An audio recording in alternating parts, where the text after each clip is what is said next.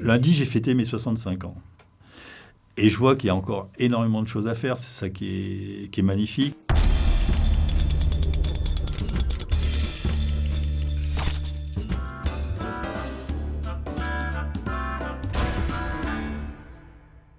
Quand on est arrivé sur le marché de l'olive, on était dernier, là on est leader du marché du frais. On devait faire 700-800 000 euros à l'époque. On va faire cette année en fiscal à peu près 52 millions. On va être à peu près 150 personnes. Les arbres ne montent pas au ciel, les entreprises ne vont pas au ciel. Ça veut dire qu'à un moment donné, tu as toujours des périodes difficiles qui peuvent être très difficiles dans certains cas. Il faut avoir le moral, parce que les gens qui viennent bosser quand il y a une période difficile, si tu fais la gueule, ils ne vont pas bien bosser. Puis la deuxième chose, il faut être persévérant, quoi.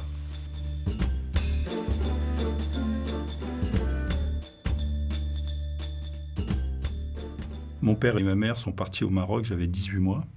Et on est resté à peu près 2 ans au Maroc. On est revenu en France et on est reparti aussitôt après aux Antilles, en Martinique et puis ensuite en Guadeloupe. Mon père était policier. Ouais. Hein.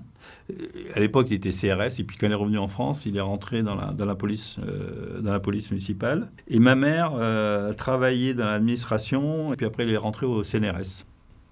Donc je suis revenu vers l'âge de 10 ans à peu près en France. Donc c'était hyper sympa. Et déjà à l'époque, tu vois, quand j'ai commencé ma scolarité en Guadeloupe, j'étais dans l'école laïque. Hein, donc beaucoup de Français allaient dans les écoles privées, donc religieuses. Et moi, donc, j'étais quasiment le seul petit garçon blanc dans les classes, tu vois. Et je trouvais ça bien, toi. J'ai toujours aimé la laïcité et ça a été un fil conducteur puisque toutes mes filles ont fait des études dans les écoles laïques, pas dans le privé.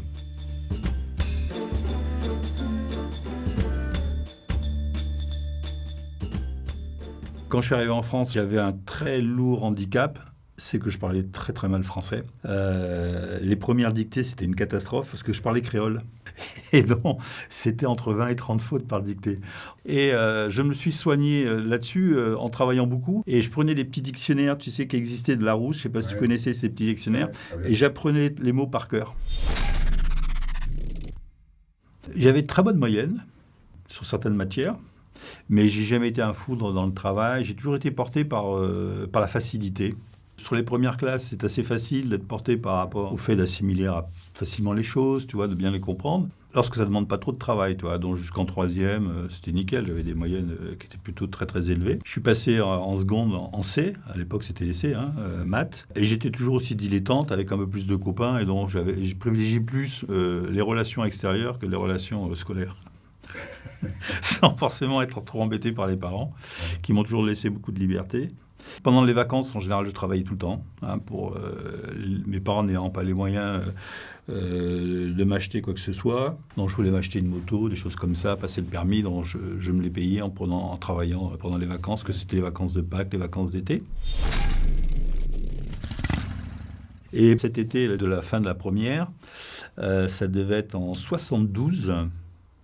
Je travaille à la banque et je leur fais part que moi, je voulais faire de l'informatique.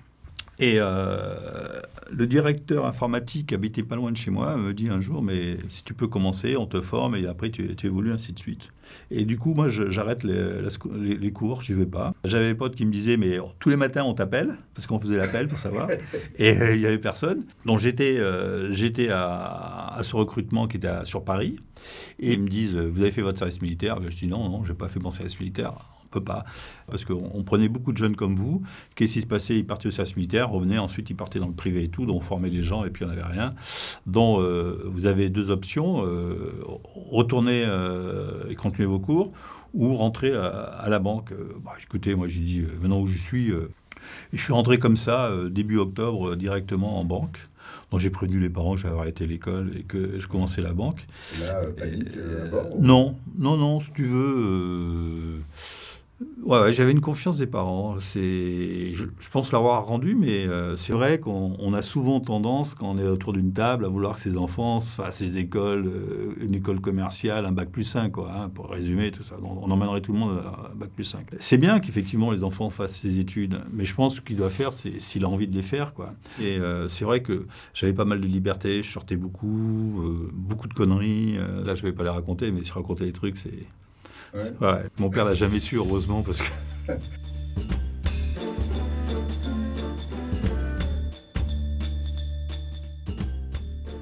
Je suis rentré à la banque et la première des choses que j'ai faites, je me suis acheté une moto. Je suis parti à l'armée et en revenant de l'armée, j'ai demandé de réintégrer le service informatique. Et là, ça a été refusé, il n'y avait plus de place. Et on m'a formé à un poste qui était équipier volant, donc tu es formé à tous les postes de la banque. C'était sympa. Puis j'étais jeune, j'étais un des plus jeunes à l'époque, avait été nommé à ce poste. Jusqu'en courant 77, où on a eu un hold-up. Les mecs qui rentraient dans la banque, il n'y avait pas les potes blindés comme maintenant. Ils étaient rentrés armés, cagoulés et tout. Et ils ont demandé le coffre. Donc j'étais chercher l'argent, c'est moi qui ai fait l'opération de leur donner. Et puis à l'époque, dans les coffres, on avait toujours un coffre réservé pour ça, tu vois. Et donc il n'y avait pas grand-chose et ils sont un peu énervés, quoi. Mais bon, après ils nous ont enfermés dans le coffre. Et j'ai eu des personnes qui ont été arrêtées parce que tu as la médecine qui travaille, qui vient, tu as un psychologue qui vient voir dans quel état tu es après le hold-up. Et même mon directeur d'agence avait été arrêté et tout. Ouais. J'ai ma responsabilité pendant cette période d'absence de diriger complètement l'agence. Non, ce qui a fait changer le cours, c'est que la personne qui m'a envoyé n'était pas du tout formée. Donc, s'occuper d'une petite agence à deux, c'est compliqué. Donc, jusqu'au soir, 8-9 heures, tu vois, j'arrivais le matin trop. Je repartais le soir pas avant 9 heures. Alors, un jour, je me suis un peu énervé. J'ai appelé le responsable administratif du groupe pour lui dire ce que je pensais et tout. Et j'ai été convoqué dans les 15 jours qui viennent, donc je savais qu'ils allaient me mettre un peu ailleurs. Et j'avais anticipé en donnant ma démission, quoi. Et là, je me suis dit, qu'est-ce que je vais faire ? Et comme j'avais travaillé des fois pendant les vacances dans la grande distribution, ça m'a attiré, tu vois. Et donc, je cherchais à faire une vente de produits techniques, c'est-à-dire que la technicité prenne le pas sur la relation un peu humaine, même si elle est obligatoire.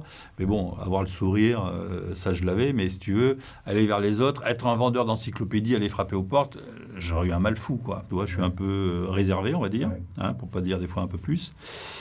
Et la vente, ça te demande de t'exposer un peu, d'aller vers les autres.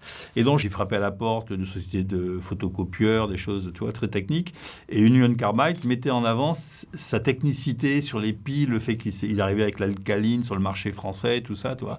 Là, j'avais trouvé ça intéressant. Et je suis rentré commercial, tu vois, avec un secteur sur la région parisienne. Et au bout de quelques semaines, j'ai dit à mon patron, c'est le Club Med, là, ici. Je me suis aperçu que j'apportais quelque chose dans cette boîte. J'ai apporté par mes compétences, mon travail, parce que je bossais énormément, j'étais déjà très persévérant, et les résultats sont venus assez rapidement, ce qui m'a permis de monter, tu vois. Et après, je suis passé sur Jacquet. Après Jacquet, j'étais chez Temana, Kiwi. Et là, j'étais voir ma DG, et je lui ai donné ma démission en lui disant, écoutez, je préfère partir, j'ai pas de diplôme. On voit que ce sont tous des mecs qui sortaient Bac+5 et compagnie, les écoles de commerce, filière marketing, qui étaient privilégiées. Je préfère partir avant d'être éjecté et être démuni, quoi. Au moins, j'anticipe, quoi. Je suis rentré dans une petite boîte de conseil, comme directeur associé. Et à un moment donné, les équipes de vente s'équipaient de portables. Et j'ai dit, on doit travailler là-dessus. C'est plus à nous de faire cette opération, c'est à eux de la faire. Et nous, on va servir juste de conseil en termes de développement et autres. Et là, on avait une vision différente. Bon, comme c'était le patron, moi, j'étais minoritaire. Je suis parti, j'ai créé ma boîte. J'avais l'assurance de dire, voilà, j'ai une compétence, elle est reconnue, je vais pouvoir l'asseoir, ainsi de suite. Et tous les clients que j'avais dans l'ancienne boîte, je les ai gardés sur la partie conseil. Ils sont restés avec mon ancien patron, Paul, sur la partie informatique, en sachant qu'au fur et à mesure, ils partaient parce que les mecs, ils s'équipaient, ce qu'il n'a pas compris. Et c'est là que j'ai commencé, je dirais, ma vie entrepreneuriale. Et là, t'as quel âge ? J'ai commencé ça à 34 ans. À l'époque, c'était beaucoup plus facile. Le marché du travail était quand même assez plein. Je travaillais, entre autres, à l'époque, pour le groupe Danone. Et à cette époque-là, je travaillais sur les 3 boîtes qu'il détenait, Belin, Lu, l'Alsacienne. Et sur la partie salée pour l'apéritif, c'était les graines, les extrudés et les crackers. Voilà. Puis il y avait d'autres produits qui venaient. Tu trouvais des petites saucisses, des trucs comme ça. Mais c'était le gros fourre-tout autre. Et je voyais qu'il y avait des produits qui marchaient bien, comme les olives. Je commençais à regarder un petit peu ça. Et voilà. Et 98... je laisse tomber ma boîte Et on a commencé à fabriquer les olives dans une zone pavillonnaire. Et j'étais dans le garage, on mettait les olives en barquettes, tu vois, à la main. On remplissait les barquettes, on les mettait sur notre... Et on faisait partie. Alors, c'était une organisation empirique. Les camions qui venaient chercher les produits dans la petite rue, des fois, ils restaient jusqu'à 9h, 10h, parce qu'on était toujours en retard. C'était une galère monstrueuse. On recevait les olives en fût d'Espagne ou du Maroc dans cette rue-là, dont ça encombrait. Donc, je me suis retrouvé avec des plaintes. J'avais une structure de conseil où je gagnais bien ma vie. Tout se passait bien. Et en 6 mois, je suis passé de l'autre côté où je ne me payais plus. J'avais l'huissier qui était venu à la maison. J'ai eu l'appartement de saisie. Ouais. Bon, le chiffre d'affaires la première année, il est monté, mais on n'était pas du tout outillé puisqu'on remplissait à la main. Donc, à chaque fois que je faisais une barquette, on perdait de l'argent. Voilà, c'était des trucs. Et ça, je n'avais jamais mesuré. Tu vois. Et là, j'ai dit à mon associé, il faut qu'on fasse quelque chose parce qu'on va droit dans le mur. Donc, j'ai dit, j'y réfléchis, j'ai un plan.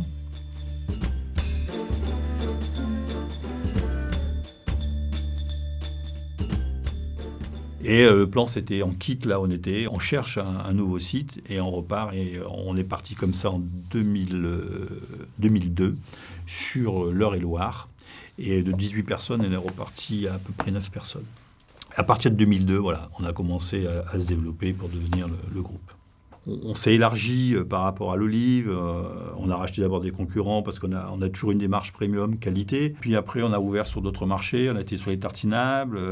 La société de tartinables détenait des soupes de poisson. On a été sur les soupes de poisson. On a racheté notre société de soupes de poisson. Voilà. Et le groupe se développe comme ça et on continue à se développer. Cette année, on est sur les produits italiens. Moi, j'ai des équipes extraordinaires sur lesquelles je fais confiance. Et le tout, c'est de trouver les gens dans les équipes qui vont le faire monter, tu vois.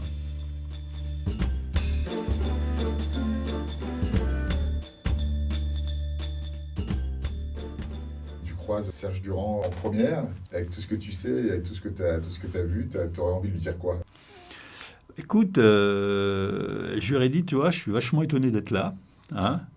Je te remercie quelque part, à un moment donné, d'avoir pris des risques comme ça, d'avoir changé le cours, un peu le cours de ta vie, parce qu'on doit toucher plein de palettes, quoi. Et il n'y a pas que ceux sur le domaine dans lequel on est bon qui est important. Et ça te permet de franchir le pas peut-être plus facilement, quoi. Merci. Ça va? Ouais. Mais écoute, comme toi au niveau commercial, moi je sais que je peux faire, mais je suis toujours obligé d'aller me faire un peu violence et parfois c'est un peu...